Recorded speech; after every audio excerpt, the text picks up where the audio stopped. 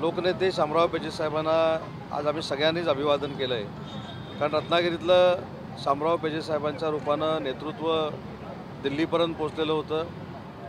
ते कुणबी समाजाचे तर उद्धारकर्ते होतेच, परंतु प्रत्येक समाजाच्या जातीच्या माणसाला मोठं करण्यासाठी शामराव पेजे साहेबांनी काम केलं होतं। आणि म्हणूनच केंद्र सरकार आणि राज्य शासनानं जे कोकणातलं सगळ्यात मोठं अभियांत्रिकी कॉलेज निर्माण झालं त्याला देखील लोकनेते शामराव पेजे अभियांत्रिकी कॉलेज असं नाव ठेवलेलं आहे। आणि म्हणून जगभरातनं रत्नागिरीच्या इंजिनिअरिंग कॉलेजला ॲडमिशन घ्यायची असेल तर लोकनेते शामराव पेजे अभियांत्रिकी कॉलेज याच नावावर क्लिक करावं लागेल। सर, एक राजकीय प्रश्न, शिवसेना नेते भास्कर जाधव यांची एक ऑडिओ क्लिप व्हायरल झाल्यानंतर तुम्ही देखील बोलात की त्यांच्या मार्गदर्शनाखाली काम करायला आम्हाला देखील आवडत नाही। मी असं म्हटलं होतं की ती ऑडिओ क्लिप व्हायरल झाल्यानंतर त्याच्यामध्ये त्यांनी असं म्हटलेलं आहे की शिवसेनेची काँग्रेस झालेली आहे।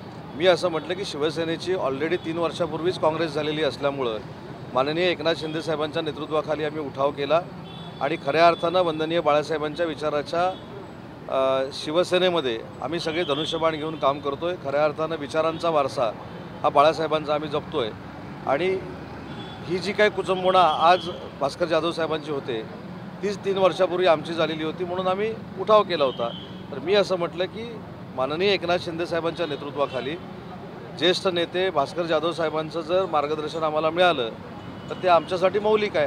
साहेब, शिवसेनेकडून त्यांना उभाटामधून शिवसेना आणण्यासंदर्भात काही प्रस्ताव दिला गेला आहे। प्रस्ताव दिला गेला आहे की नाही मला माहीत नाही, परंतु भास्करराव जाधव हे रत्नागिरी जिल्ह्यातले आहेत। त्यांनी 25-30 वर्ष लोकप्रतिनिधी म्हणून काम केलेलं आहे। त्यांचा अनुभव दांडगा आहे आणि त्या अनुभवाचा फायदा शिंदे साहेबांच्या नेतृत्वाखाली आम्हाला सगळ्यांना मिळाला तर ते आमच्या सगळ्यांच्या दृष्टीनं फायदेशीर आहे।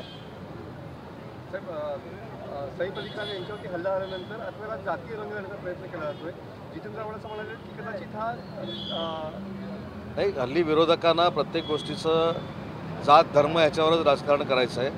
परंतु आपल्याला माहीत असेल की सिंधुदुर्गचे जे पोलीस अधीक्षक होते दीक्षित गेडाम हे त्या भागातले आज DCP आहेत। त्यांच्याशी आत्ताच माझी तासाभरापूर्वी चर्चा झाली। मी देखील एक कॅबिनेट मंत्री म्हणून नक्की वस्तुस्थिती समजून घेतलेली आहे। ती व्यक्ती जी घरात शिरली ती कशासाठी शिरली, काय शिरली, त्याचा शोध पोलीस करतायत। त्याच्यावर प्रत्येक गोष्टीला जातीय स्पर्श करण्याचं काही कारण नाही। कारण आता विधानसभेच्या निवडणुका 5 वर्षानंतर होणार आहेत आणि फार मोठं 237 आमदारांचं मॅन्डेट हे जनतेनं आम्हाला दिलेलं आहे। सर, पालकमंत्री पदाबाबत तुम्ही मागे देखील म्हटलं तर येत्या काही दिवसात जाहीर होऊ शकते, काय नेमकं कुठे घोडं आणलंय नाही, मग आजही सांगतो नाही, त्या काही दिवसात योग्य वेळी लवकरात लवकर निर्णय होईल।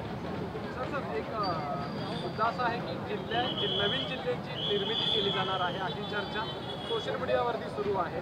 नेमकं शासन सध्या काय निर्णय घेण्याच्या विचारात नाही, याबद्दल कुठंच कॅबिनेटमध्ये देखील चर्चा झालेली नाही, कुठेही आम्हाला माहिती नाही।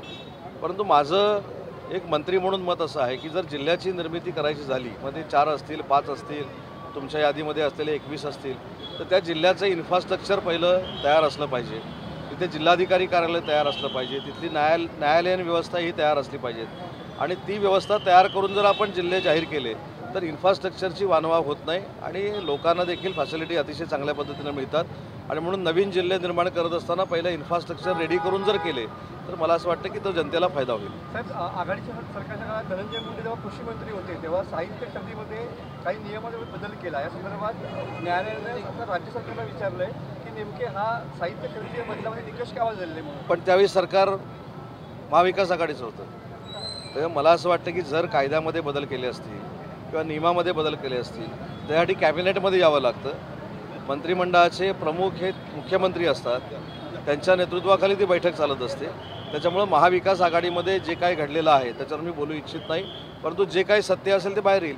साहेब, स्थानिक स्वराज्य संस्थेच्या निवडणुकीमध्ये महायुती केली जाईल असं वक्तव्य एकनाथ शिंदे साहेबांनी केलेलं आहे, कसं वक्तव्य? एकनाथ शिंदे साहेब हे शिवसेनेचे मुख्य नेते आहेत। त्यांची भूमिका म्हणजे शिवसेनेची भूमिका आहे। आमची देखील ग्रामपंचायतीपासून खासदारकीच्या निवडणुकीपर्यंत महायुती करूनच लढायची तयारी आहे। कारण शेवटी आमच्या निवडणुका ह्या विधानसभेच्या होतात, खासदारकीच्या निवडणुका होतात, आम्ही आमच्यासाठी महायुती करतो।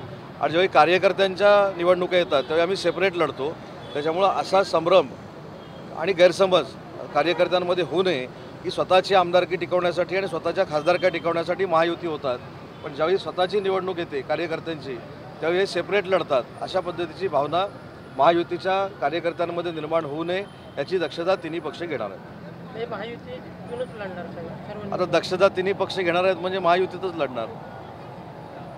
वाल्मिक कराड यांना धनंजय मुंडे वाचवले असा आरोप अंजली दमानी यांनी केलेला पाहायला मिळतो. मला त्या प्रकरणामध्ये काहीच बोलायचं नाही, कारण ज्युडिशरी इन्क्वायरी सुरू झालेली आहे.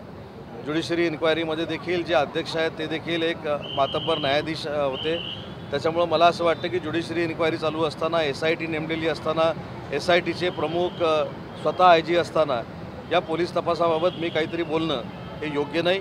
मला असं वाटतं की मी स्वतः संतोष देशमुख कुटुंबाची भेट घेतलेली आहे. मी स्वतः धनंजय देशमुखांशी बोलत असतो आणि त्याच्या पलीकडे त्यांच्या कुटुंबाला जी जी काय मदत लागणार आहे, अगदी घर बांधण्यापासून, त्याची जबाबदारी एकनाथ शिंदे साहेबांनी स्वीकारलेली आहे.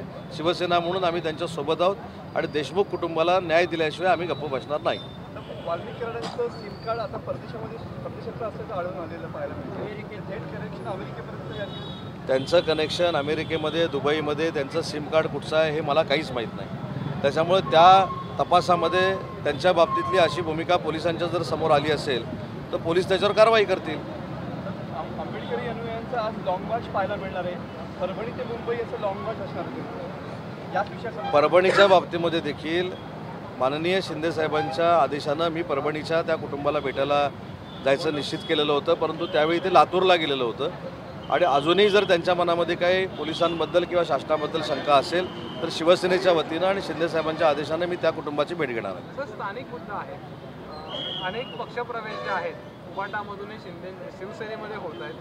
अशी चर्चा आहे की काही बडे स्थानिक जे नेते आहेत ते देखील आता तुमच्यासोबत येणार आहेत आणि उपमुख्यमंत्री एकनाथ शिंदे यांच्या उपस्थितीमध्ये पक्षप्रवेश हा होऊ शकतो. धमाका कधी पाहायला मिळणार सगळं? 18 तारखेला स्वतः राज्याचे मुख्यमंत्री हे दावोसला जात आहेत. मी 19 तारखेला दावोसला जातो आहे. मी 24 तारखेला परत येणार आहे. त्याच्यामुळे 24 तारखेपर्यंत आपण वाट बघावी. आपल्याला अपेक्षित असलेला आणि जनतेला अपेक्षित असलेला उबाटाचा फार मोठा पक्षप्रवेश हा पुढच्या 8 दिवसामध्ये होणार आहे. आता शिल्लक आहे ते संगमेश्वर आणि विशेषतः रत्नागिरीमधले हे प्रवेश असतील. आता शिल्लक हा शब्द तुम्ही वापरलेला आहे, मी नाही. पण मी परवा देखील 15 दिवसापूर्वी असं सांगितलं होतं की ज्या पद्धतीनं महाराष्ट्राच्या राजकारणाची दिशा बदललेली आहे, आम्हाला गद्दार म्हणणाऱ्यांना आता असं वाटतंय की आम्ही खरे सच्चे होतो. आम्ही ज्या ठिकाणी राहिलो ते काँग्रेसबरोबर गेल्यामुळं खरी परिस्थिती आमची तशी आहे. त्याच्यामुळे हे सगळं रिअलाईज झाल्यामुळे सगळी लोकं हे उबाठामधनं आमच्याकडे येत आहेत. आणि रत्नागिरी जिल्ह्याचं भविष्य जर सांगायचं असेल तर शिवसेनेची काँग्रेस झालेली जशी आहे तशी उबाटाची देखील काँग्रेस संघटनात्मक या संपूर्ण जिल्ह्यामध्ये झालेली आपल्याला दिसणार आहे.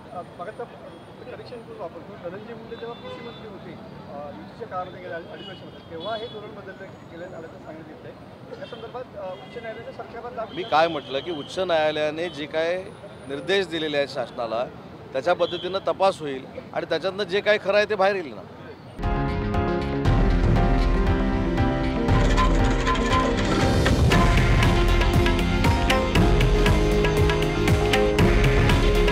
हे आहे देशातील नंबर 1 न्यूज नेटवर्क आणि आपण पाहत आहात TV9 मराठी. काळजी तुमची, हित महाराष्ट्राचं.